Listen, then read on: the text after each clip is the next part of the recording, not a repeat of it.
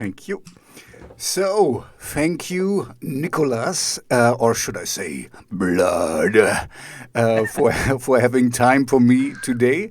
It's I'm really happy that I discovered you. I just, in preparation for this talk, I listened to the two songs I know from you, "Destroy" and I forgot the other one. Was it Nothing? Nothing, exactly. Yeah. It was just nothing. Um, and yeah, we're really great. I mean, anyway, so thank you for your time. Please introduce yourself to the audience and Yeah. tell us about where you're coming from. Because I have to admit, in preparation of this talk, there's not much to find for about you on the internet. So please Yeah, tell us a little bit about your backstory. yeah, absolutely. Yeah, I'm pretty new to the game, so there's not a lot of Google history for me quite yet. But my name's Nick.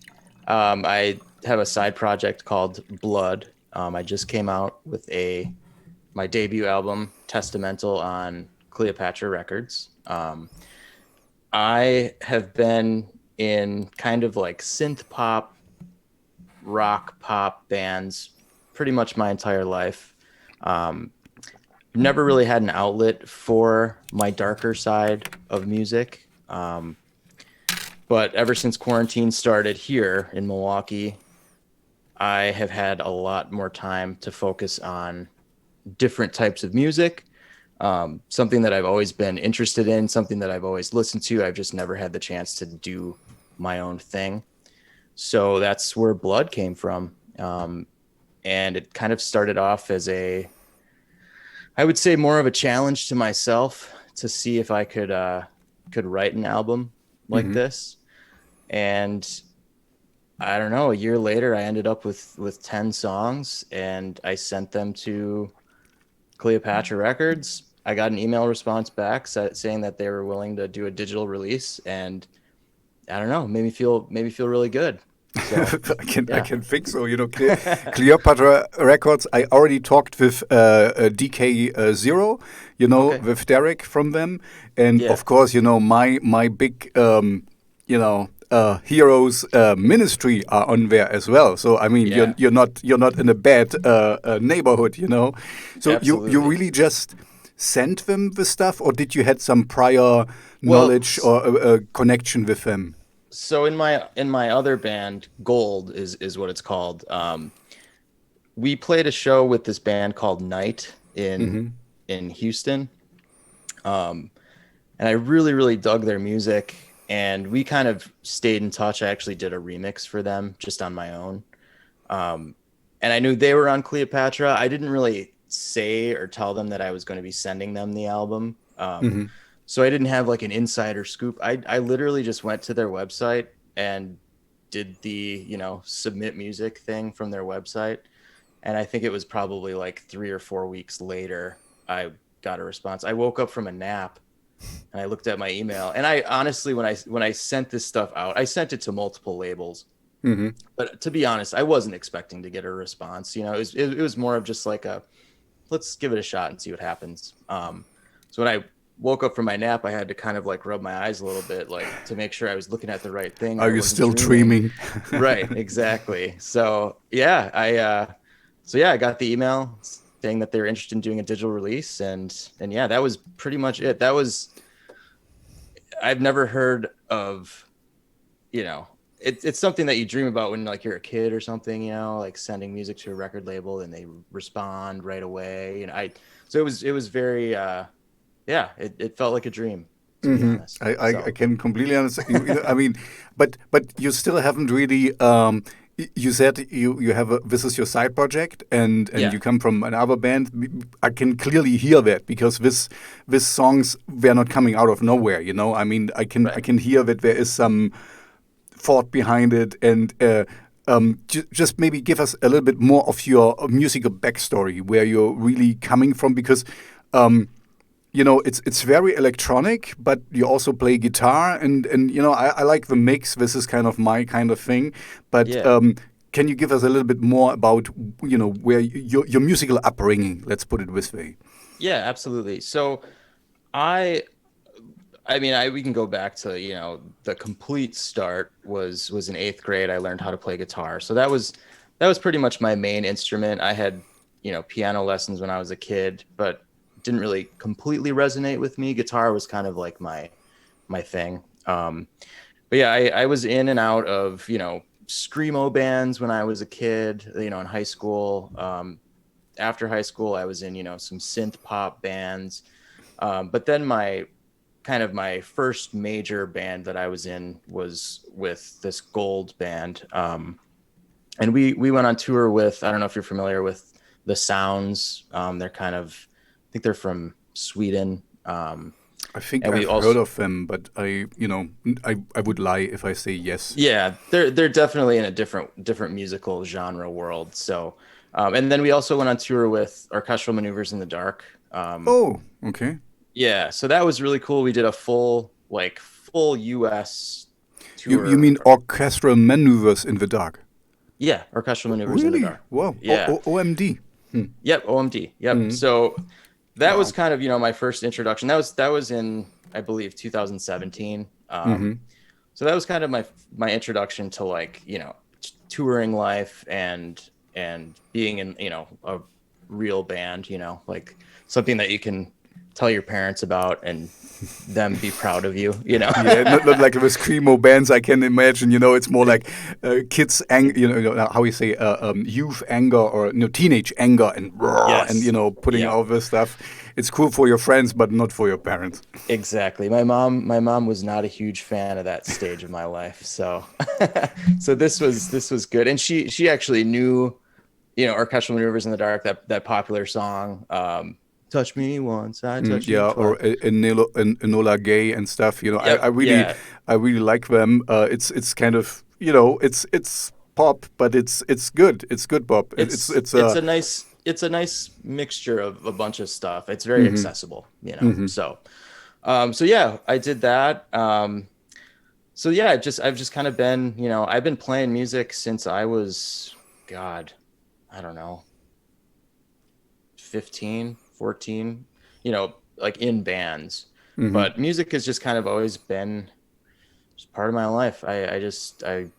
My parents aren't super musical. So I was just kind of forced to learn on my own and learn by ear. And then I did go to, this is pretty massive that I left this out, but I ended up going to music college in Minnesota. So I went for audio engineering. I just got an associate's degree.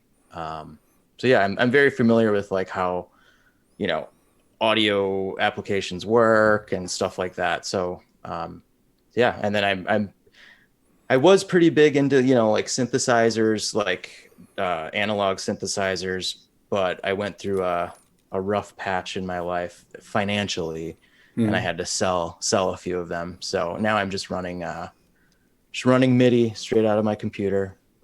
But it does the job. So sometimes, just here a little side note. Sometimes I think if you limit yourself, it's even better, because if you have too much toys to play around with, I just the people on the podcast will not see here. I just got this old car oscillator. Yeah. I found it because I'm the opposite. I'm more like I'm a bass player, and for me, synth is something unusual. But this one I can play because it's easy to it has a graphic interface. And anyway, my point is, sometimes it's good to be limited to some choices. If you have too much, at least this is my kind of thing. Then you don't know what.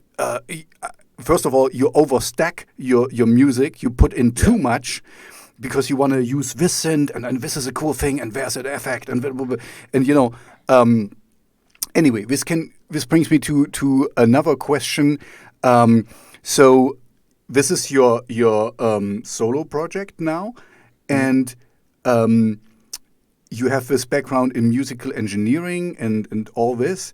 So how do you decide when a song is finished? Because sometimes this is a big problem for people who are on their own, right. Because you, as you know, there's always work in progress. It's never done, It's kind of just a snapshot of a moment in time, but you have to decide it. How do you get to the decision to say, I stop here, this is how the song sounds now?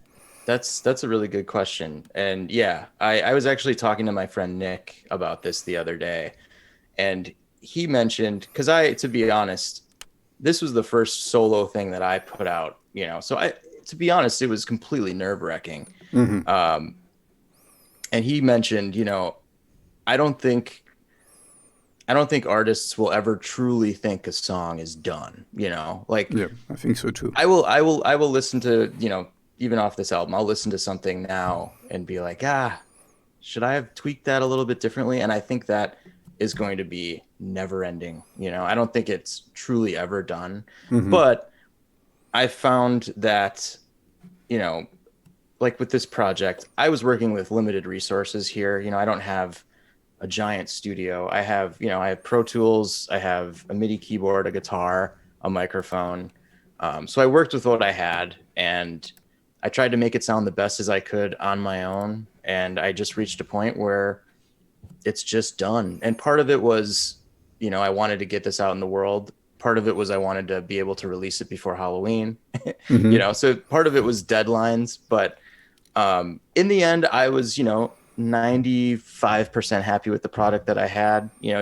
Could it have been better if I would have done different things or went to a, bigger, better studio? Yeah.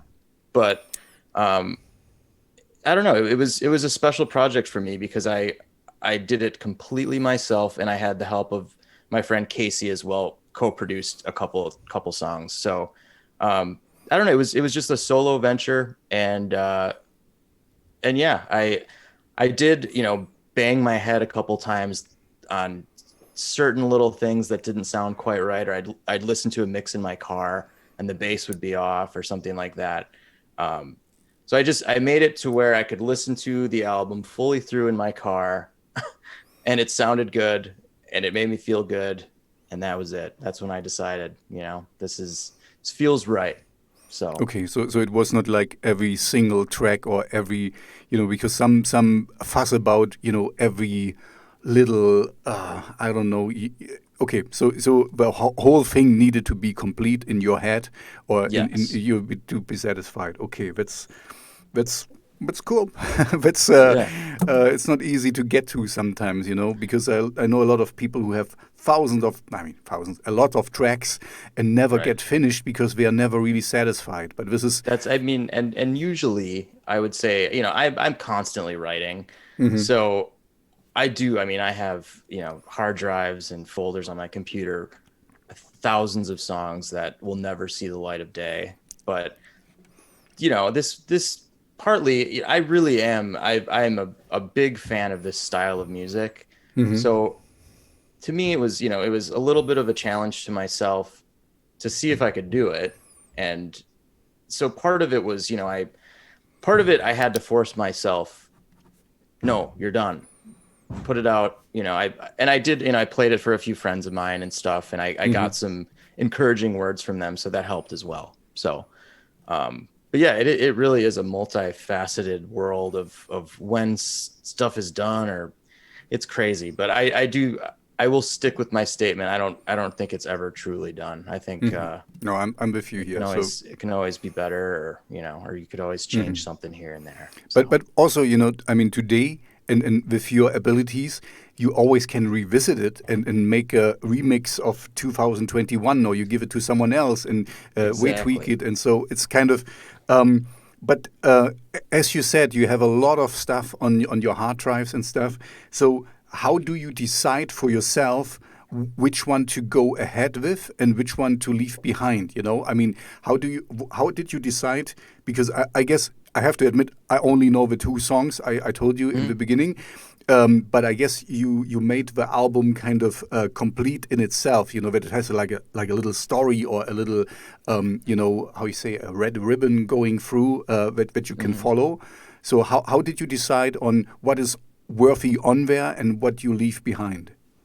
Well, to be honest, with this particular album, I didn't have a lot of like straggler tracks of stuff that was, I'm not going to put this one on. I literally I got in like the headspace, and I just went with it. I kind of remained in that world. I find when I write, because I've been in so many different types of bands, so sometimes it's hard to decide like what genre I'm going to write, for a specific time.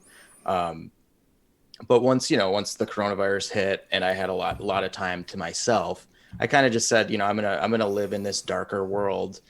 To be honest, life kind of felt a little dark too, so it was easier to be in that mindset.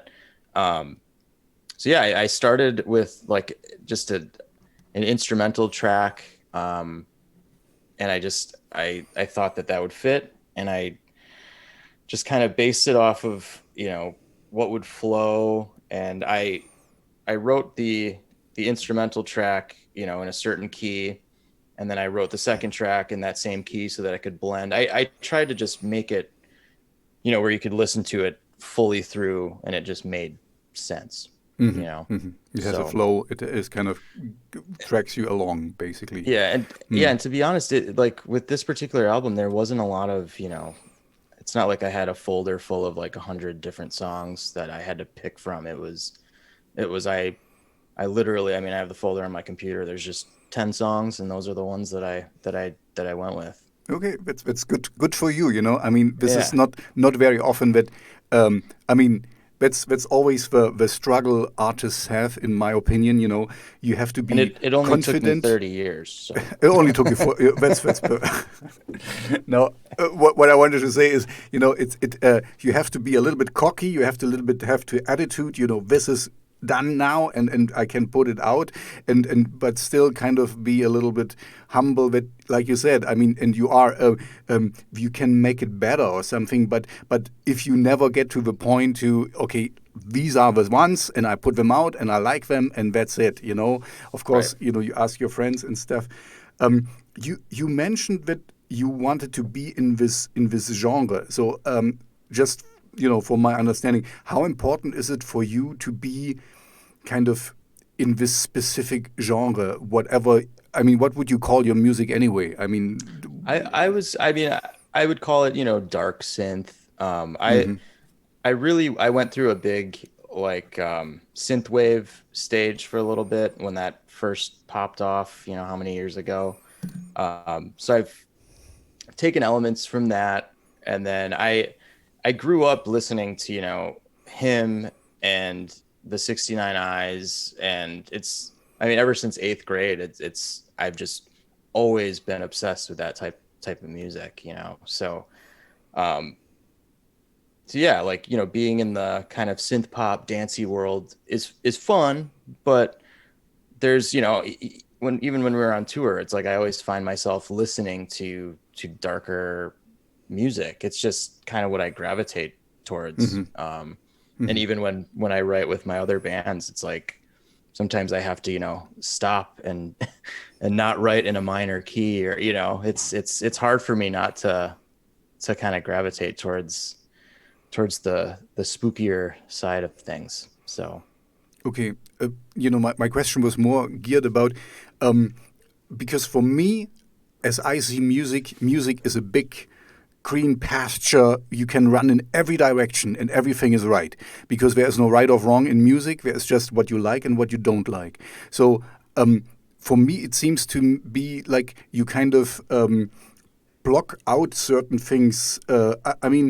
Why not go there? Or I don't know, with the other bands, do you have to have a certain style you have to have? Because otherwise, you can do whatever you want, I grew up with Fate No More, crossover, every song was different and whatever. Right. So why do you kind of feel, I get it, that you have more like a polished product, and every song is kind of in the same vein, but you seem to kind of fear a little bit to let this into your writing for your other projects or bands. Yeah, it's mostly because my other project, that isn't my baby. I'm more of, I am a member of that band, but it's, the lead singer Margaret. It was her, 5 years ago she started it with a friend. So it's more of her creative process. And I would say I'm more of a producer and contributor, you know, in a way. I'm not really the one writing the songs. I have written a few, but yeah, it's kind of on them to kind of curate the sound for that specific project, you know. I see, but okay. Yeah, but she's not afraid of going darker. It's just somewhere too dark, you know. I mean, it's and if you saw, you know, it's very dance pop. It's quite literally the polar opposite, and I'm not even kidding when I say that. So it's and there's ways to blend things, and we do it all the time, but it's if you looked it up, you'd understand. Okay, sorry. So I didn't know before. Otherwise, no worries. Exactly, because usually, you know, where I'm coming from with this question is the strength of a band, in my opinion, is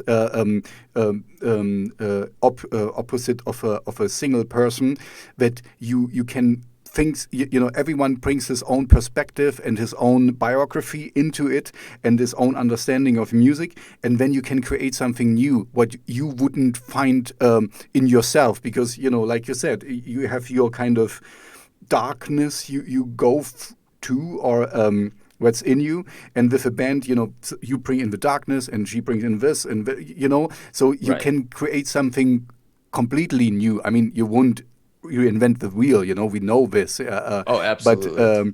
But you get my point, you know. So, okay, you're absolutely right. I should have maybe looked. No. And you know, it's the more I think about it too. It's like if Gold has progressed. I mean, we started off as like super synth poppy, and now we've kind of becoming more like, I would say, like glam rock in a way. So there is elements of, you know, rock and roll, some darkness stuff, some synth pop, and we've morphed it into a thing. It's just there's certain times where I, you know, if you listen to a song like Destroy that I wrote, I mean that probably wouldn't fly, you know. Yeah, it's quite dark, and I like the build up, and you know, I just listened to it again. I really like the build up where you slowly get. I don't know, it's like 2 minutes in or something. When you build it up again. I mean, it's on one hand, I dislike music where I can foresee what will happen, but in this case, I know exactly what will happen. But it's great, you know. Love it. I like the. Yesterday I talked with another band, and I'm kind of you know, I'm a radio DJ as well, so I'm always looking for new music to play, and I'm going to play your 2 songs, of course. Thank you, by the way. Yeah, you're very welcome, and I you know, I spaced them out so that they're in one show and so I can talk about it twice. I appreciate because it. you sent me 2 songs at once, and this is not a good idea usually, because usually I pick only one, but for you, you know, I picked both. I'm a little fanboy. You're very welcome. No, it's great. You know, my point I wanted to make is usually I'm kind of like I reject songs because they are too foreseeable, because it's kind of like, oh, you know, I know where we start, and here comes the drop, and here comes and then I dislike songs which are too far out, you know, they're kind of like, you know, gent or progressive, where they change every 7 seconds to the rhythm, and you know, you cannot really follow. At least for me, you know, I also don't like jazz, for example, because I might be too stupid for that. No, I'm with you there. Jazz hurts my brain.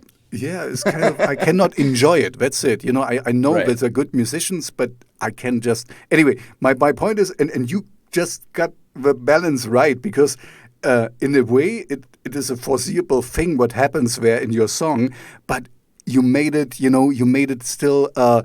I'm excited, and I want to see where it goes to, even if I know, you know, there comes a big payoff, and it's anyway. You crafted it very well, so that's why I asked you in the beginning. You know, I couldn't find much of you on the social media world, you know, where I usually look up things. But yeah, you haven't fallen out of the sky, you know, where there was some history there, and anyway, yeah. Can you maybe, you already told a little bit about your backstory and stuff, but what is kind of what have been your biggest inspirations? What is the artist you kind of got inspired by? Yeah, absolutely. Well, going back to the beginning, him was huge for me.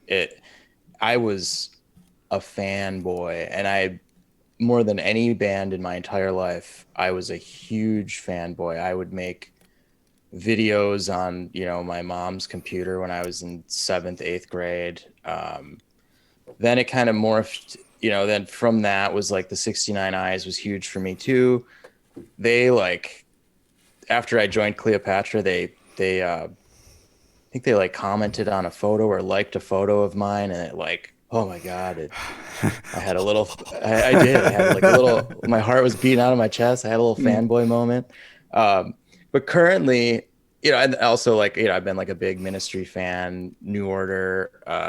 But currently, the current kind of darker synth bands that I'm a really big Drab Majesty fan. I don't know if you've heard of them. I heard of him. I have no tune in my head now, but I heard of him. So he's a big inspiration as far as this current record goes.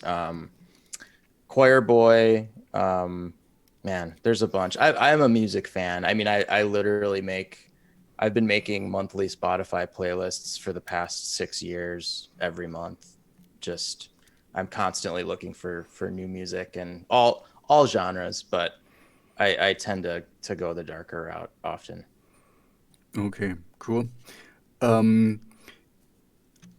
I just, for you don't have to answer this question if you don't want, if I'm too private here, but no. I mean, we're living in darker times right now, and so how is are you living from music already? How is your financial situation? Are you coping or? This is an interesting question. So, with Gold, I wouldn't say we were living off of that, stuff, but it was rough when this first started, because we had just finished our record. It was our 4th full album, and we had this big record release show planned, and we kind of had our financial set. We were going to go on tour in the summer. Everything was good to go. And then that obviously, not happening anymore. I live in Milwaukee. Nick and Margaret, my other bandmates, live in Baton Rouge, Louisiana. So, probably a 14-hour drive from me. And we both had to kind of figure out what we were going to do in the meantime. Luckily, I landed a job working for a commercial roofing company. Okay. I work from home, and I call, I just do sales calls. So I call commercial buildings and try to generate, leads. So that's been how I've been surviving. And then, music stuff here and there. I still get, very small BMI royalty payments, but not a lot. So to be honest, financially, I am in a decent spot. I was on unemployment for a bit when it first started. But yeah, I feel like I am extremely lucky, and I am grateful every day because I have lots of friends that are not in the same position. And as I'm sure you're aware, I mean, we don't have to get political, but our leadership over here hasn't been the best. So we'll leave it at that. You may have heard something about this. Sometimes I'm okay. You don't need to go there, but a whole other can of worms. Yeah, know more about America than about my own country. I just listened to the news here because there was a. Anyway, we don't need to go there. But I lived in the United States for a year, so I lived in Washington D.C. and I even worked for the Senate. Wow. I'm kind of always following. So I know what's going on. Can I ask? I hate to flip the switch here, but What did you do for the Senate? Like, what was your? I did work for not for sorry not the Senate, the Congress, the Oh, okay. Congressman OMD Pickett was my he's not in charge anymore. I forgot even from which state he was, and it was an internship. And I was on an exchange program. I was like a mini ambassador from Germany, and so I should kind of be there and this it was the time when there was this Monica Lewinsky scandal with Bill Clinton. So Oh this was yes, my I time. I remember was, that. and I remember, I was there in the thing and opening letters, and when the guy from Hustler or or Penthouse sent magazines to all the Congress stuff, Oh to kind my of, God. you like sex, so here you have, and I was, opening the letters and, not really, like, what? Our congressman gets something. No, this is just a scheme. And anyway, yeah, it was a lot of, it was very interesting and a lot of fun. And I liked it Wow. a lot. Yeah, I lived not in Washington D.C. because it's too expensive. I lived in Silver Springs in Uh, what's next to it? uh, Um, Massachusetts. no, not Massachusetts. Uh, Maryland, Maryland. you know what? My Hmm. aunt lives there. She lives in Really, Silver. I swear to God, and really. on that OMD tour, we played at the 930 Club. Hmm. I don't know if you've been there. And we stayed at her house that night because we were in DC and she lived like, I don't know. It was fairly close from what It's I very remember. close. Yeah, it's not very That's so far. funny. What are the chances of that? Yeah, That's a the small world is world. just so small. Yeah, I know. That's it's freaky. crazy. Yeah, no, I really loved it there. Oh man, yeah. Anyway, we're not talking about me, Oh yeah, but I have a sorry. lot of stories here. No, but yeah. Anyway, and since when? Just I wanted to. I'm always following, of course, United States because I mean, like a lot of things that inspire me come from there. I'm a big rock fan and metal and so yeah, so I was a little bit sad with the last 4 years, but things are gonna look a little bit better now, even if Biden is not Yeah, the savior. It's at least a little bit more stable, I hope. right. There's light at the end of the long, long, long dark tunnel. It's So so I just sorry, no, just one last comment here. yeah. I I just heard the news today. Today, for the people, today is the 17th of November, um, and for me, so I mean, it's possible that you don't tell the truth. And I told you in the beginning of this, don't tell me anything I shouldn't know, but don't lie. I mean, Right. don't. And he's lying. He's lying, and I Yeah. don't. I cannot stand it, and I understand that Americans are different than Europeans. We have more parties and stuff. You have only these two big ones, and it's kind of either black or white, and this makes it complicated. I get it. I Yeah. get that we're different. But if somebody lies and it's lying so obviously, I just cannot. I cannot understand anyone who still stands with this person. And I so can't sorry either, for and I'll just ranting make here. one last comment about Mm. that. It's been a kind of a mental struggle for me realizing that this last election wasn't a landslide. I mean, it's half of our country Hmm. is brainwashed, and it's absolutely terrifying. And we have to get rid of the two-party system and uproot everything. And I'll leave it at that. On to the next question. Okay, yeah. So okay, yeah. Let's go to something nice. Yeah, here we go. Yeah. You toured with OMD. Do you have any nice touring antics? Some things what happened on the road, some funny Oh my stuff. God. Maybe Yeah. tell Oh, us we have. cool, weird stories and stuff. I got one for you. Actually, I have a few. So we played 2 nights at the Fonda Theater in LA. Mhm. And the second night, I don't know if you're familiar with Bam Margera. Yeah, that's he was The on skateboarder guy. He's like a yeah. skateboarder, and he has like a television show. He does a bunch of weird stuff. Yeah, But and he he was was at the with a jackass kind of, Jackass. where Yeah, he hit himself or whatever. yeah, Yeah, I never watched him, but I know who he is. yeah. So he was at the show, at the Fonda Theater show, and we went to a bar called the Frolic Room, which is on Hollywood Boulevard, after the show. And at the end of the night, I ended up sitting with him in his BMW convertible, listening to some Norwegian metal band, drinking beers in his car with Bam Margera. That was pretty wild. That was pretty insane. Then there was other stories where we were talking to like the lead singer of OMD about like Joy Division and all sorts of crazy history with like synth music and stuff like that. There's probably certain stories that I shouldn't tell. Okay, on air. then don't. I mean, I want to get. I don't want to cut anything. I told you. Oh no, yeah. But yeah, tell me the PG-13 version. Yeah, no, we'll keep it. We'll keep it kid friendly.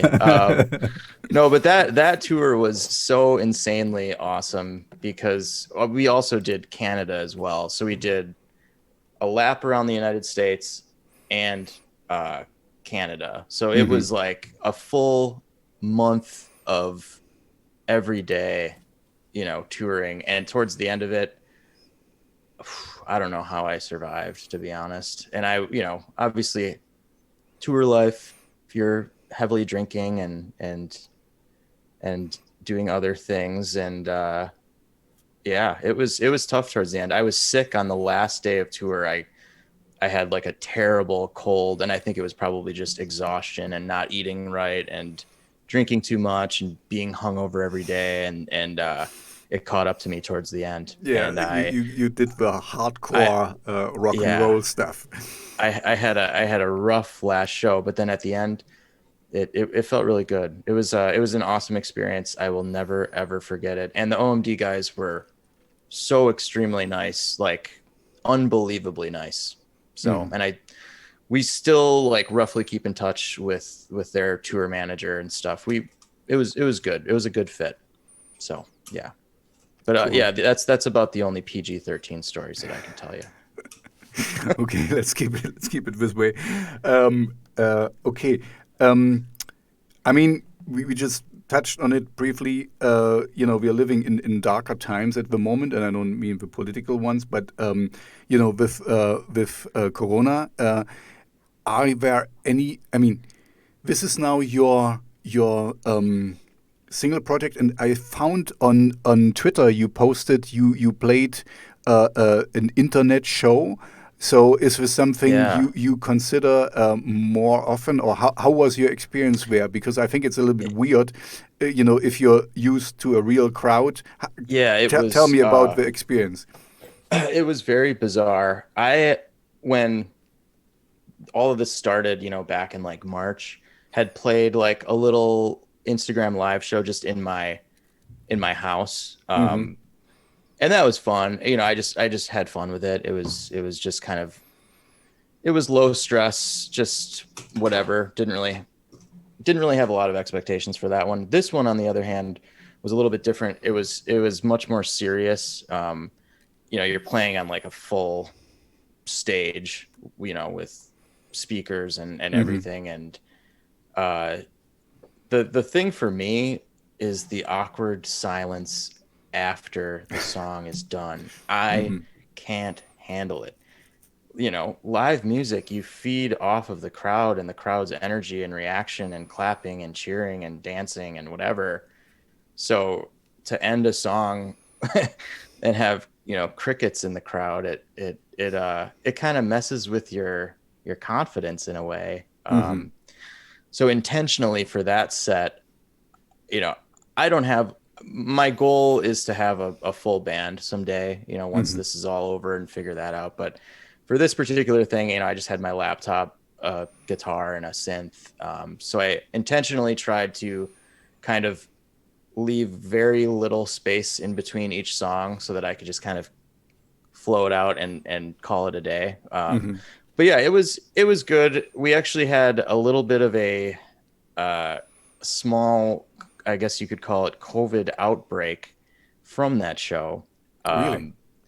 Yeah. So there was only a specific amount of people allowed to be in the building, and everyone was being completely safe. I didn't see one person without a mask on the entire time. There was hand sanitizer everywhere. You know, people were keeping distance.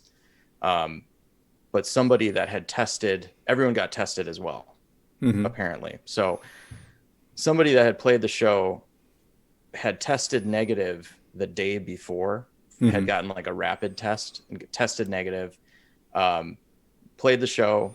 Then the 2 days after, he started feeling symptoms, got tested again, and was positive. So we had a giant like email chain of everybody that was in the building. Everyone was being really transparent about, you know, where they had been, and we were kind of trying to do, you know, some contact tracing and stuff like that. There was, I think, like 3 or 4 other people that tested positive from, and it's hard to say, you know, I don't know if it was specifically from that show. Wisconsin is an absolute like hotbed right now for COVID. It's one of the worst in the country. So, you know, I have mixed feelings about, you know, the show is for a good cause, but I don't know. It may you have question not, yourself now. it may have not been, you know, the best timing, but I don't regret it, and I hope everyone that's sick is okay. Everyone's been, you know, kind of updating us on how they're feeling, and it seems like everyone has kind of like minor symptoms, but stuff is so scary nowadays. You never know. You know, everybody reacts differently. I have asthma, so it's something that is always on the back of my mind. You know, if I get it, I know what it feels like to not be able to breathe and have like an asthma attack, and I would not wish that on my worst enemy. It is not fun. So yeah. And how do you cope with you know, I mean, or how do you have it under control? Obviously, that you can do shows and stuff. Yeah. So you know. Yeah. So it's gotten better over the years. I have an inhaler that I use, and that gets me by. I take a puff, and that I'm usually good. But you know, when I was younger, it was pretty brutal, and I was very like allergic to certain things. So, but that has definitely affected my my singing and stuff like that. So I usually just like drink hot tea before a show and take a couple puffs of the old inhaler and hope for the best. Yeah. Okay, you already answered a question I had lined up in my head. So your setup was just a laptop and your guitar, but you want to, you know, once this is hopefully over one day, you want a real band. Because I talked with a lot of artists who are just, just one person basically, and I always admire them to be on stage just alone. You know, I mean, you have been on stage. It's great. You have a focus all by yourself, but it also sucks because you have a focus all on yourself. If something a mishap, a string breaks, and you get out of your mindset and whatever, it's all on you. Your laptop is updating in the middle of a set, and you're like, oh my god, okay, you gave me goosebumps just now. That's one of my worst nightmares. No. See, this is one of the reasons I actually researched. I had a side project too, where I just had backing tracks, and I researched where is things what you can do without a laptop, whereas there's other, backing track things with even send MIDI and stuff. So anyway, this was the reason, because I was fearing exactly this.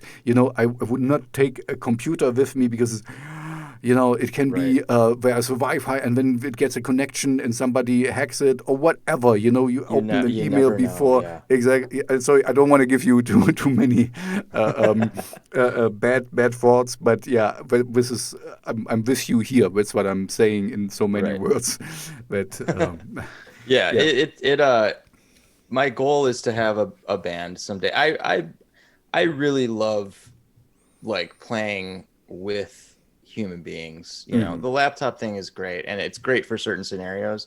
So to have that option, you know, if it needs to be that, it's nice. But yeah, I like, you know, I like looking over at the drummer and bass player, and just, I don't know, there's something special about that. Yeah, And I think so too. I don't think you can ever mimic that with a laptop. You know, even something simple as, you know, like programmed drums on a laptop, it's just never will be the same as feeling the thump of a bass and the crack of a snare, you know, and the wash of a cymbal. It's just, nothing compares to it. And even worse, I mean, I think you are a very seasoned musician, and you might not fall into this trap. But you know, worst thing is for me as a audience member, because your tracks are, this one is 430 and this one is 270 and whatever, you know, they're always the same length, and kind of you can, if you're not a good showman, then they're always the same, because everything falls with a band. You know this, you just look around and you do one more chorus, one more turnaround, one more this, and you give an encore. You know, you don't have to think, okay, let me just do this one again, and dip, and it's exactly the same, you know.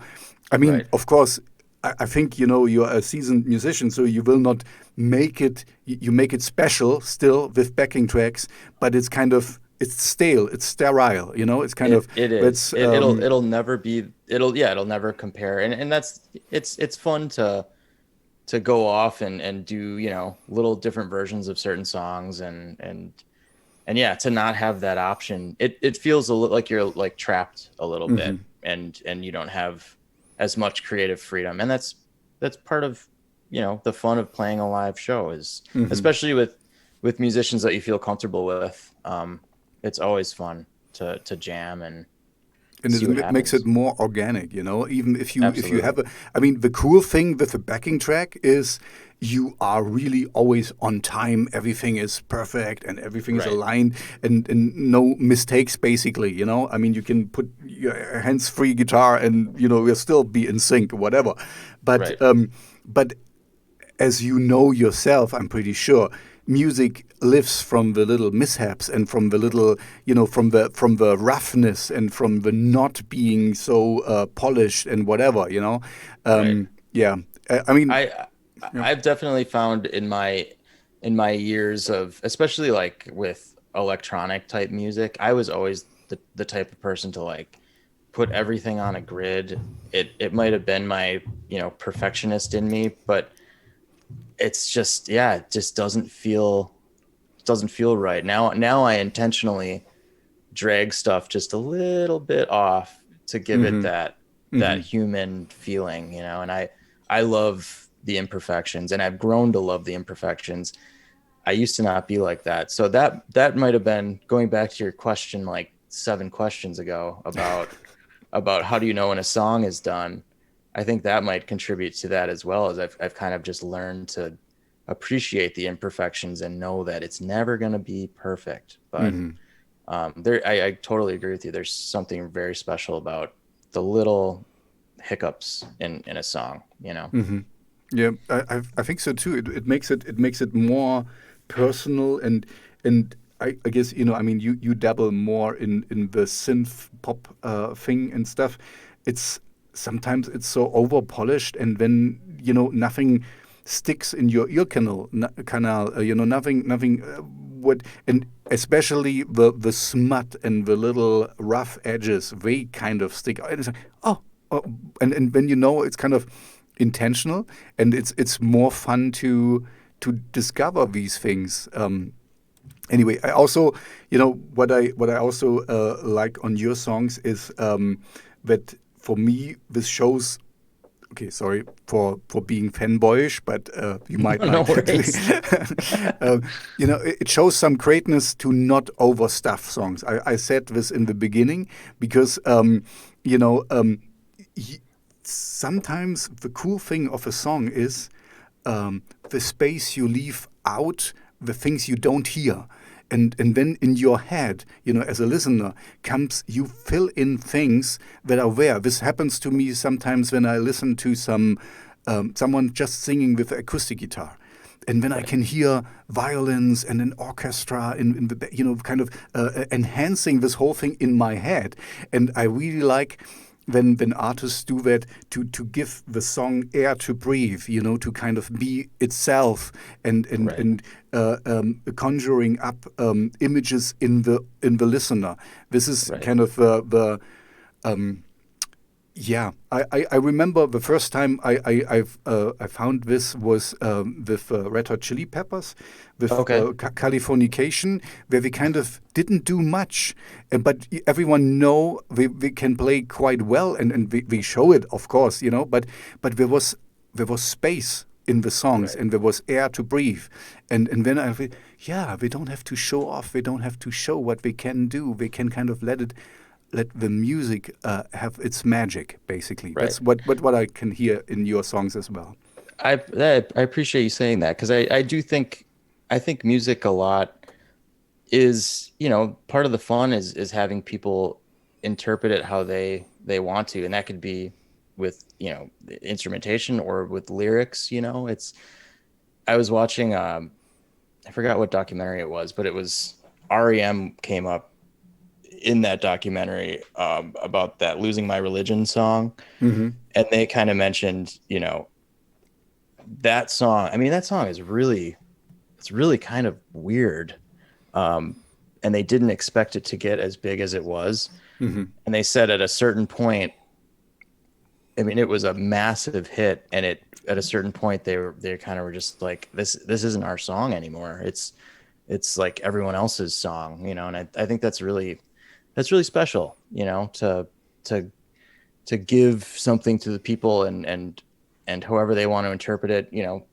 Some people interpreted that song as, about atheism. Other people, it's a cool thing about music for people to kind of let them do what they want with it. I think that's an awesome thing. Yeah, that's one of the. I mean, I like punk music, but I don't like the attitude of punk, because punk for me is always like black and white. Whereas we tell you exactly what you have to think. This is the right thing and this is the wrong thing. This is good and this is bad. And this, I don't like to be told that. I like to have my own interpretation of something. I still like the music. I cannot hear it all the time, because sometimes it gets too boring, because it's kind of so foreseeable sometimes. But I don't, I like, maybe let's talk about your lyric inspiration. So I have to admit, I didn't listen much to the lyrics. Oh no, that's and yeah, I will quickly answer your question there, because I will not call myself a lyricist by any means. And especially with this project, a lot of the times it was me just singing into a microphone, whatever came to my mind, and then I would kind of interpret it my own way. So there was some songs that I sat down with a notepad and said, let's write a song, or let's have a theme, but a lot of the times it was me just kind of, vibing off the instrumentation. So the majority of these songs, the music was written first and then the lyrics. So I know some people do it opposite, but yeah, I definitely struggle with writing lyrics. I wouldn't say, I wouldn't call myself a poet by any means. So, like that Destroy song, I'm literally just saying, you destroy, we destroy, let's destroy. I mean, it was just kind of like the mood that I was feeling at the time, There wasn't a lot of meaning, and that kind of goes back to, I just kind of like give people the song and let them interpret it how they want to interpret it. There's another song, Pink Lights, that is specifically about an alien abduction, and that one I fully wrote full on, but the other ones are mostly just, about love, or, just your classic, losing a relationship, or, they're kind of all over the board, to be honest. But Mm-hmm. I would say this specific album, even when I listen to new music, I am the type of person to listen to the instrumentation. Like that's where I, get my socks off, is like, oh, that makes me like feel something. I rarely ever think like, oh man, that line really, really spoke to me. That's just not the type of person I am. It sounds cliche, but I feel the music. Like when I get goosebumps from a song, it's always from a chord change, or a pad in the background, or something that made me feel something. So but since it's not an instrumentation or an instrumental album, I had to put lyrics to the song. So but yeah, I mean, I would say on my, they're definitely at like towards the bottom of my priority list, I'd say. Okay, no, that's absolutely fine, and this explains to me also why they fit in the mood of a song quite well. They're not they're kind of more like another instrument. You use your voice here. It's You not get really it. Yes, that's yeah. yes. It's not really meant to stick out. And that's absolutely fine with me. This kind of gets back to the thing what I said. You leave the space for people to interpret things, and this is even better. You just kind of how you give a mood. You don't Right. you set a mood, and you don't tell them what to think. And this is what I don't like anyway, or what I like in a good lyric. That you can interpret it your own way. I don't want to tell Right. anyone what to think, because the person is different, and everyone is different, and it means something. And you change, your circumstances change, and so okay, thank you. Then I'm fine. I'm absolutely fine with that. Um, so we're nearing an hour. I can see. I have a few more things. Yeah. Um, I'm in no rush. I'm okay, enjoying good, our good. Yeah, conversation. no, then it's only me, because I'm gonna have breakfast Yeah, no, I in a was bit. gonna say you probably had to get up early, huh? Yeah, 6 a.m., right? it's yeah, now it's almost 7, but I get up. I'm a crazy guy. I get up usually at 4. Oh Um, my, you're um, like my mom. My mom does yeah, that but the too. thing is, honestly, I don't. I haven't had how you say a clock set for years. I would just wake You up. just get up. I just Wow. wake up, and I'm there, and then I'm like, oh, what do I do with my time? So when Wow. I Is scheduled my it, radio show, huh? are by you, I'm assuming, is it cold? Is it, I'm assuming your weather is very much like our weather right now, but maybe I'm Yeah, wrong.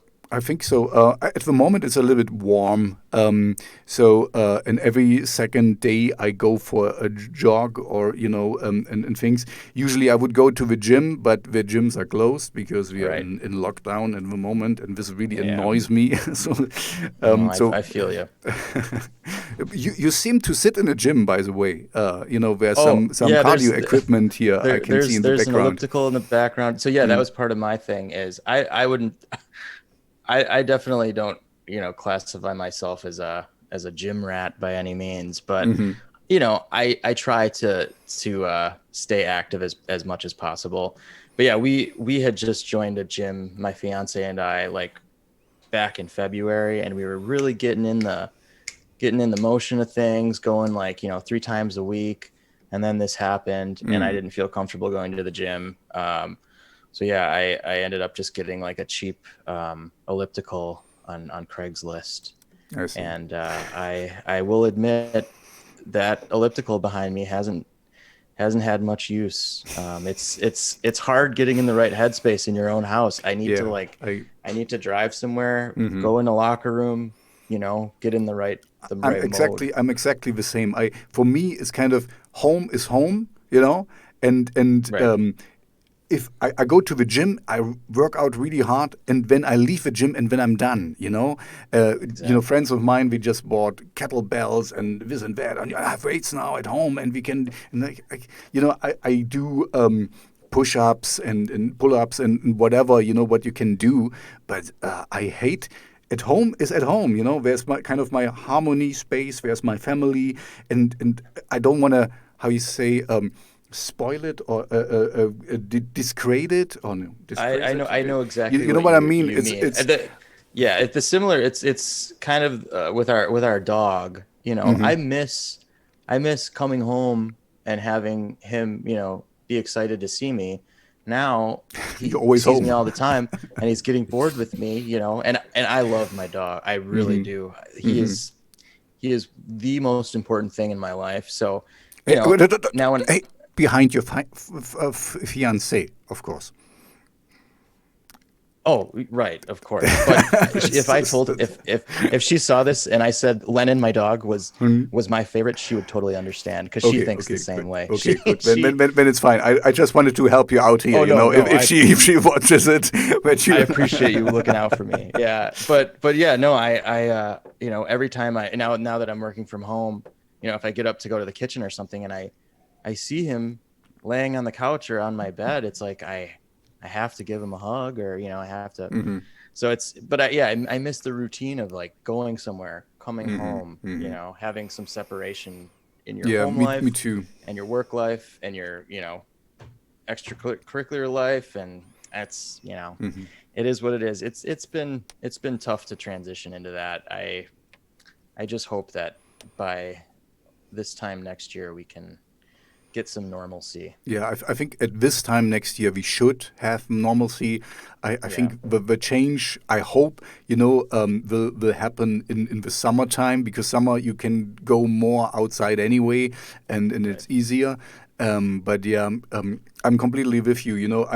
I'm in the lucky position. I still can go to my day job, and I leave the house, because I can work from home in my job. But I hate it because I get too much, sidetracked and other things. For me, like with a gym. In the gym, I'm in the gym, gym time. I'm at work time. And at home, I'm very partial in things. So anyway, so I completely understand you here. One thing I noticed, and this is, you don't have to talk about it if you don't want to, it's just a little side bit. Your name is Nicolas Schubert, and that's very German. So do you have a German heritage? I do. I was hoping you'd bring that up, because when you first contacted me, I was like, okay, we're definitely going to talk about that. Yeah, no, I am extremely German. As far as my family history goes, I'm not exactly sure. I know that my great grandparents came from Germany, and Schubert, I don't know if you're aware of the composer, Franz Schubert. Yes. I talked to my grandma about this, and unfortunately there's no relation to Schubert is a very common name in Germany. It's not the more I look that up, I'm among lots of Schuberts out there. So, but I was hoping that she would say, you get all your musical talent and skill from having the blood of the great Franz Schubert. No, he was a great composer. It's not kind of what I usually would listen to, but if I catch it on the radio, I don't mind. It's something you can really listen to. I like it. I like it a lot, and I'm obviously I'm biased because we share a last name. Of course. But I will say he's got some jams. He wouldn't have called it this way, but yeah, I think so. And my mother, she was really into Mozart and stuff. So I like I would. Like I said, I wouldn't look for it, I think on Spotify, I'm very active on Spotify. You're in my playlist as well. Thank you. Yeah. You're welcome. What do I want to say? But and there's also this kind of music you can find there, but I wouldn't listen to it, because then the thing is, maybe we can talk about this a little bit if you want to. You're in the lucky position to have Cleopatra now, and they kind of do your distribution. So I think you don't have to really think about that so much. But how are you we're living in a strange world where you have to advertise all the time, and how do you cope with that to put things out on Instagram, or a new single on Spotify, or a video? There's a video coming anyway. What's that? Are there videos coming anyway? But maybe first answer this other question. I'm getting from one to the next. Yeah, so that's been also this whole project, to be honest, because I usually don't handle that side of things in my other bands, like doing like the Instagram or constantly updating things and promoting and all that stuff. So in a way, this whole project has really become like an ever-encompassing challenge to myself to kind of learn the other side of what goes into, being in a band and promoting your music.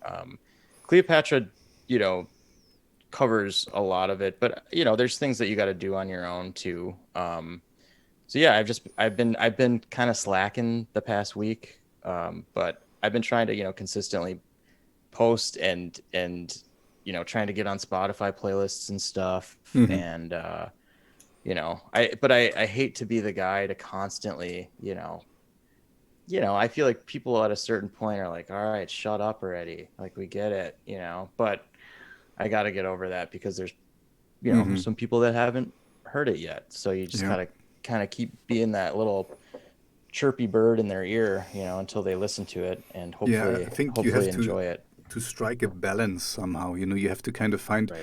Because I don't want to, I guess this too.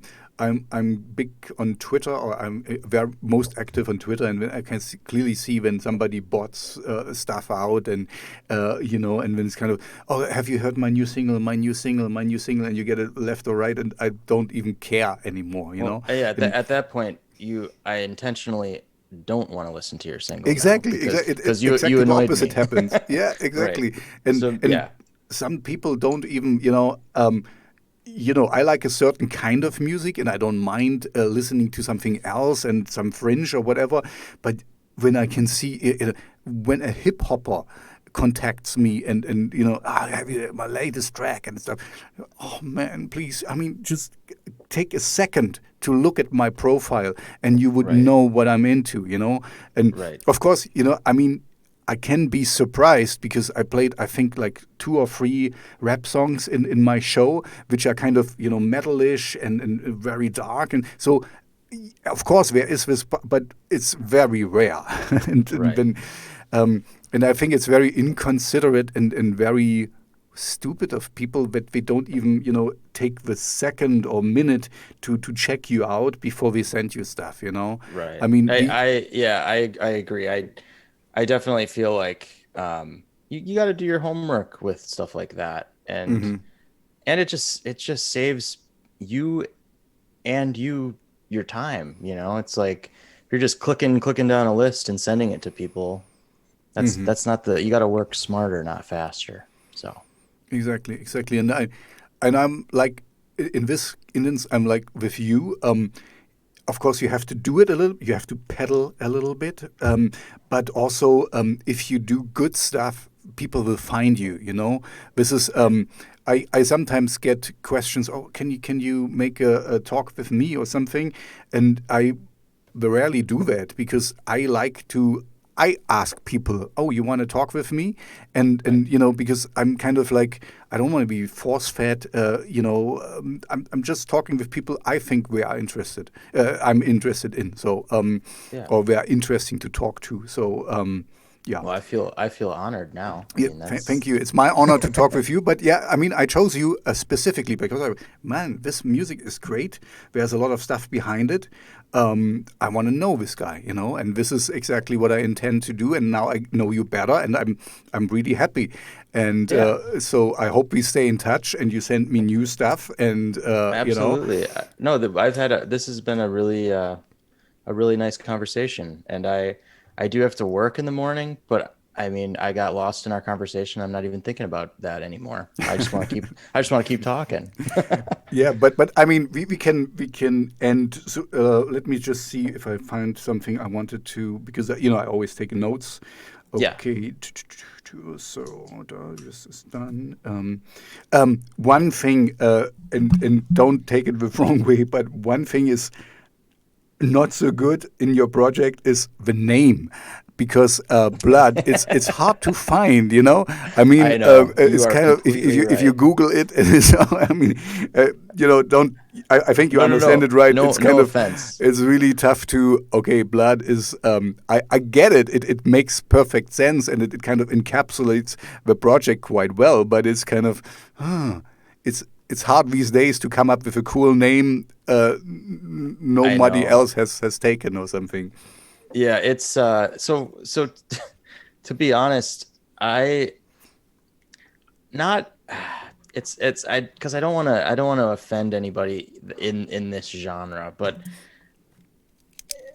it didn't start off as a joke, but the name Blood was kind of intentionally like I wanted to find like the just the darkest like I get you. single syllable word, and I knew going into this that all right, it's going to be hard to find. In Gold, my other project, you know, Gold, it's if you type in gold in Google, you're going to just get a bunch of jewelry and other stuff. So we intentionally made each letter, so we doubled each letter, so it's GGOOLLDD. Okay. And you know, maybe I should have done that with blood, you know, copied that concept. But yeah, I definitely agree. It is very hard to find No, online. but I think it's actually. Thank you for your openness, because I thought exactly this, because it was like, oh man, this is so much on the nose. This is kind of like, what is dark? And you know, we're talking about you now, but there is a guy in Germany who has really cool. He makes really cool dark wave music. I like it to totally. I always play his songs. I don't know who he is. He kind of keeps very secret. I want to talk with him. And he called his project, and I hope he doesn't see it, dark. And it's so much on the nose. It's dark, and everything he does, you know, That's kind of every awesome. yeah, it's so I like it because it's so on the nose. It's so kind of like boom, you know. Right. And also all his songs are like, oh, darkness and suicide and blah blah blah, and you know, all the bad stuff. So we're making fun of it. It's dark, you know. But Right. it's so on the nose dark, and when he has a rain of blood and it's this kind of, it's so cliche, but I like it Right. still, you know, because it's so over cliche. It's like camp already, you know. It's kind of too Right. much of it, and so I thought the same with you. Oh, I lost you. It kind of yeah, Yeah. it kind of You were gone for oh a no, do second. you see me? I see you. I see you again. Oh, gotcha. Yeah, I was gonna say it kind of, you know, with like if it's you know, and in a business standpoint, not being able to find a band online is probably not good business, you know. Yeah. But you know, I'm not, to be honest, I'm not trying to be the biggest band in the world. This is a fun project for me. It's a challenge to myself. I'm trying to expand my musical horizons a little bit. So for me, not being able to find it didn't necessarily bother me, you know. It adds like a kind of secrecy to it, which I feel like it works, you know. If it's like you're in the club, enjoy and pass it on to your friends. Yeah, But yeah, you're kind it's of underground yeah, deliberately. exactly. Yeah, Yeah. no, So no, I'm with you. yeah, and I don't know if that was my intention. I'm just kind of spitballing here now because I didn't really think about it, to be honest. I got the name.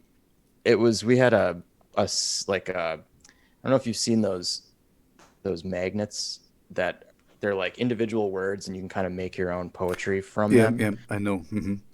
And we had like a medieval set. Like it was all these like weird kind of medieval words. And I was just like thinking one day, like, all right, well, I'm gonna do this. I gotta think of a name. And I just walked past the fridge and I saw it just said blood. And I was like, that's it. I don't know, it just feels right. Because I've always been a fan of like one syllable band names. There's something about it. That's it. It's not dun dun. It's I Yeah, love yeah. that. I'm with you, but it's in this age and time, where everyone can make a song on his cell phone and give himself an artist name. It's impossible to get a one name band. It's like that's why.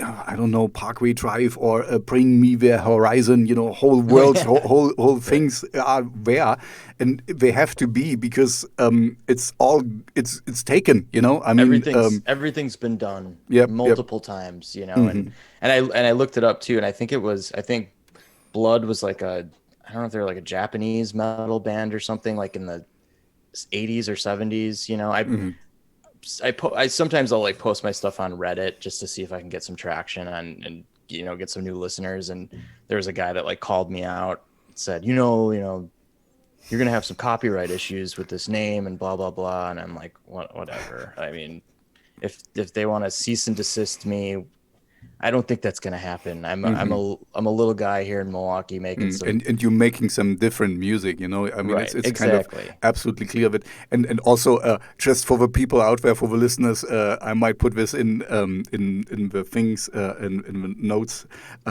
On Instagram, he's Blood666. Blood Band 666. That's the other thing. I just wanted to make it as spooky as possible. I'm so afraid to talk with you, I have to admit. I know. I'm a really scary guy. Yeah, exactly. A dark background and whatever. Right. The elliptical that's never used. Exactly. That's torture equipment. You could call it torture. That's what I should have told you it was. Yeah, that's not an elliptical. Yeah, I was lying. Lying. Exactly. And you should kind of say, you should have made some fake blood on it and some meat and That's the other thing too. It's fun to get into character like that. Like when I played that virtual show a couple weeks back, like I'll put eye makeup on and get into that darker mode. To be honest, I mean, as you can see, I hope, I'm a pretty like come off as a nice guy. I try to be as nice to everyone as possible, so to kind of access that side of me has been fun. And it's it's kind of you play a little bit theater, you kind of exactly. For me as a I'm an actor as well, and I did stunt shows and other things, so I really like that because I'm like you, I'm a decent person, I try to, I'm very conflict averse, I don't, but when I'm out there, I'm the tough guy, and I can crush you, and I can make you suffer. I really like to get into character. I always like to play the bad guy, and I get typecast of now there's not much theater going on, but in the videos, I played in a lot of music videos as well. I'm always the bad guy, who hits people awesome. and gets killed in the end or something. But I really like that because this is. As we, I think, did we talk about it? I don't know. We did talk about it. You have multifacets, and this is just one facet of you. And in a way, it's your outlet to let loose the bad stuff. The dark things. Everyone has in us. Nobody is. Oh yeah, we talked about it. With black and white. Nobody is just a good guy or a bad guy. I'm a father, I'm a husband, I'm a lover, I'm a worker, I'm an employee, I'm a musician, I'm an artist, whatever. Right. I have so many different things, and I'm also a bad guy in some things. I have bad thoughts. I try right. to be a good person, but even I, have bad desires and whatever. We don't need to get into this. No, but it's just being honest with yourself. Yeah, exactly. It's being human, and everyone, I mean, everyone's got skeletons in their closet, everyone's, there's people that you'll meet that you'll never, ever see that side of them. And I think it's there, even with the nicest, most genuine people, I guarantee you, they're into some weird stuff. I guarantee it, and if you admit it to yourself, it's kind of, you get more out of life, I think, I feel, because you are a whole person. Because if you kind of take this out, you're missing something, because even the bad stuff is a part of you. And so circling back to what we just talked, it's and it's good to have an outlet for that, and like and as a rock star or something, it's even kind of the people expect it from you, that you're kind of a little bit weird and a little bit, By the way, you gotta teach me that voice. I can do that. I do it sometimes at work, and they want me to put my voice on the answering machine, like, "Hey baby, thank you for calling. Leave your number after the beep." That is great. My God. I like to be this creepy guy, but I'm not, but a part of me is a I don't know, an asshole, and I like to put it out, and for me it's fun to play around with, and I always had this outlet with my theater and the movie stuff, and anyway, so we're not talking about me, but anyway, but the point is really, I completely get you. This is the many words I'm using for telling you this, because it's important to accept everything of your own. Then you become a whole person, and then you don't have to pretend, because this is.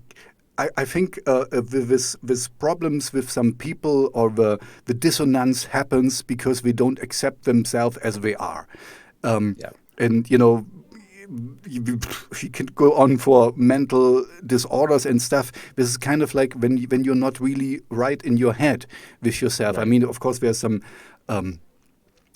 brain damage and other things that can happen, but in the end, if you kind of can accept what you are, like you are, and you're not perfect, things are much easier. I completely agree with you, and I think it's important to never ever take life too seriously too, That's a good point. Which is another part of this whole project too. It's like, I hate to use the word joke, because it's not, and I take it very seriously, and I spent a lot of freaking time writing these songs and perfecting them as much as I could, but it's kind of nice to just, whatever happens, and this whole thing has just been kind of like let's see what happens, and here we are talking, and I think that's the cool thing about life, is just kind of like letting go and just seeing what happens, and not I don't know, just because I agree with you. I think a lot of people not holding back. Yeah, a lot of people in America, especially, I think they're a one-way road. If you're different than them, get out of the way. If you don't have the same ideologies as them, get out of the way. It's like, that's not what it's about. And America was built by immigrants, and I'm getting off topic, but we have a lot of closed-minded, hard-headed people here, and I strive to not be that. So, yeah. No, I'm of course absolutely with you. I mean, this is maybe the difference in Europe. Everything is so much smaller. So we are surrounded by other countries with different cultures and different languages and stuff. So, for us, it's kind of more obvious that things are different. Just go a few meters in this direction and you will be different. You will get, baguette instead of just normal bread. I mean, this is a cliche as well, but you know what I mean. So maybe that's easier for us Europeans to kind of consider. But I think, okay, then we would go completely off topic, but I think this whole internet kind of makes it even tougher, because you are so much, it's so easy to get into your bubble and to just your echo chamber where you get only the things, your confirmations, and you don't ever have to discover a different opinion or have to get into a different shoes of to understand the point where we're coming from. Like I said in the beginning, for us Europeans, it's quite tough with your two-party system, and I mean it's kind of impossible that two parties can kind of encapsulate all the views standpoints. That makes zero sense. Yeah, it doesn't. Yeah, and that is a huge reason why we are where we are. Is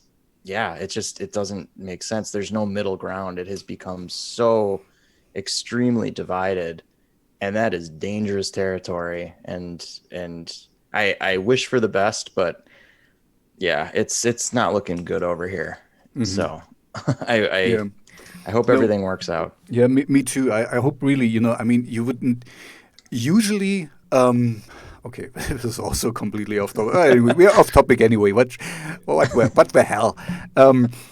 Usually, I got a hunting license as well, and in nature you usually have sometimes when you have an overpopulated population of rabbits or something, when a big disease comes, a pest, and 80% die, and then they kind of regrow and things are back to normal and the nature can recover. And in a way, okay, now I'm getting really dark. I think this corona stuff is kind of nature's answer to tell us, there's a lot of you stupid idiots kind of hurting Mother Earth, and you should go. And of course, I mean, we're intelligent people, so we kind of find ways not to go and to hang on to our lives. But like you said, I also don't take life too seriously, because you will end, you will lose it in the end, Make the most out of it, have the most fun, not living like every day is the last day, and have a family, have, good relationships, but you will lose it. A dog, exactly. Yeah. Lennon, the dog. Yes. But enjoy life, because one part of the enjoyment of life for me is that you can lose it, that it is not permanent. It will change all the time. Sometimes, I'm getting older now and like, oh, this hurts, and this is annoying. My daughter, she's becoming 8. She has no problems at all. I miss those days. Exactly. God. But see, this is when I get older and I have conversations with you and other people, and I really enjoy that. So I'm kind of feeding my brain with new input and stuff. So my point is, every phase in life can offer something good. You will lose something, you will miss something, but also you have the opportunity to miss something. I learned in life you only regret the things you didn't do. And I did a lot of stupid stuff, and I guess you too. But 100%. But you did it, and then you can look back and, oh man, this was really stupid, but I did it. I tried, sorry, I'm saying, maybe this pandemic, Earth wanted to tell us something, but we are too stubborn to accept it. And I don't take myself too seriously. I know I will have to die, and I'm not so important. So, I mean, my family will miss me, and it will not be nice, and I want to see my daughter grow up. But would it be really, for the universe, would it be such a big difference if I exist or not? I'm just gone, and I know go on. That is everything keeps moving with or without you. Exactly. I mean, but don't care. I've been kind of, I have the same mentality these days too. I'm still slightly young. I'm 30, but it's death is something that I think about often, and it sometimes plagues my brain. Something that I wasn't extremely comfortable about, let's say like 5 years ago, but now I would say I am. It's like we are such a small percentage of the major thing, and that's a whole nother conversation. Yeah, and if you think about death, if I'm at the point, I don't fear it. I fear the concept of dying, but being dead, it's fine. I'm really happy once I'm dead, because then I don't have to look at how many Instagram hits got all this, and is there enough money on the bank and whatever. I'm fine. I'm absolutely fine with not being anymore. the process of dying, being on machines. We here in Germany we have. I signed a wager that I don't get on a machine. I want to die, Yep. and you can take my organs if they're still good for anyone. Save Right. someone with it. It's okay. So we're really digressing now, but it's kind of my point I wanted to make is once you found your peace with that, you can appreciate life better because life is so important and so worthwhile living because it will end and you have only this one shot, and so make the most out of it. This doesn't mean you have not sometimes you have a bad day and you just want to go over this, but it also helps me to enjoy things. And one of I think it's even a Bible word or something. I mean, I'm not a big Christian or whatever, but one word would really help me. It too shall pass is a word I really live by, because if you're in a bad situation, you can say it too shall pass and I will get through it and one day it will be over. And Right. if it's in a good thing, you say, oh, this too shall pass and I will enjoy it even more because I know this moment will be over too. So Right. this is my simple concept I live by. And of course, I I'm try to be nice to people. I love it. No, and with everything that's been going on too, that's been a huge motivation for me to like finish the projects that I've started. And because I mean it goes back to that age old, I think it was an ancient, they found it written in the pyramids. It was YOLO. You only live once. Exactly, And YOLO. that whole story was fake, but I do agree. YOLO. I mean, it's true. You only live once. I mean, some religions believe that you pass on, whatever. But this particular life that you have is the only one. No one else has got it. So make the goddamn best of it while you're here, and be nice to people. Help people along the way. Tap into your creative side. Get weird. Who cares? I mean, truly. I mean, it really. That's what life's about. It just get wild with it. That's what I say. Exactly, because you have only this one shot. So Right. use it to your best ability. And, for everyone, it's something different. We connected on music, but, some people paint, some people can bake quite well or whatever, I mean, Right. this is kind of just do something with your life. What I really hate these days, and I think in United States it's the same, get off the couch, Netflix. You don't have to watch everything on Netflix. Do something with the time you get allotted now. What I do is, having conversations because I have a lot lately because there's not much for me else to do, but I enjoy it, to meet new people. And this is great with the technology. There's some good stuff in it, and some bad stuff. We can talk. Just imagine like 20 years ago or something, I would be on the phone and the landline is bad. Can you still hear and whatever? And now I can see you and I can interact with you in a way. It's funny that you say that, because me and my fiance were talking about this earlier, because she's getting like her yoga certification, so she's been doing like online classes, but she just had like a video chat with a teacher in Mexico tonight. It's cool. It's cool that you can communicate with people from all over the world, and you're right. You're 3 feet away from me, but truly a lot farther away. But it's awesome that we have so many accessible ways to communicate these days. And especially nowadays with all that's going on. So Exactly. So that's like, I think we have a kind of same outlook.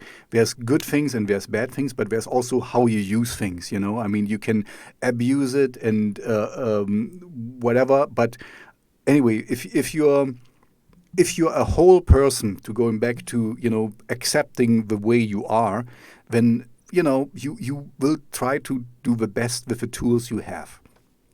Okay, Exactly. but I still, I really enjoy this, but I'm Oh no, I'm we getting we quite got hungry. way And, off topic. no, but it's fine.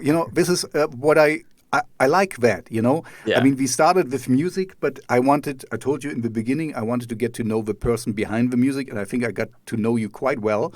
And Absolutely. I know you have a dog, Lennon, and I know you have a fiance. It's a very weird word, you know, fiance. I know, and we hate using that term, and I'm probably gonna get in trouble for using it, but I don't care. Whatever. Mm-hmm. We're getting married. We're getting married in April. We're going to Arizona, and cool. Yeah. But we had to cancel our wedding twice. Mm-hmm. My cousin got wed this year, and she had to cancel, and she did just a very small gathering, like there were 8 people there or something, and it was so annoying. Yeah, we decided we're gonna get married in a courthouse in April, and then we're gonna go to Arizona and go to the desert and get married in the desert, and we're gonna have a crystal and sound bowl ceremony. So it's like a Tibetan sound bowl, like boom. Okay.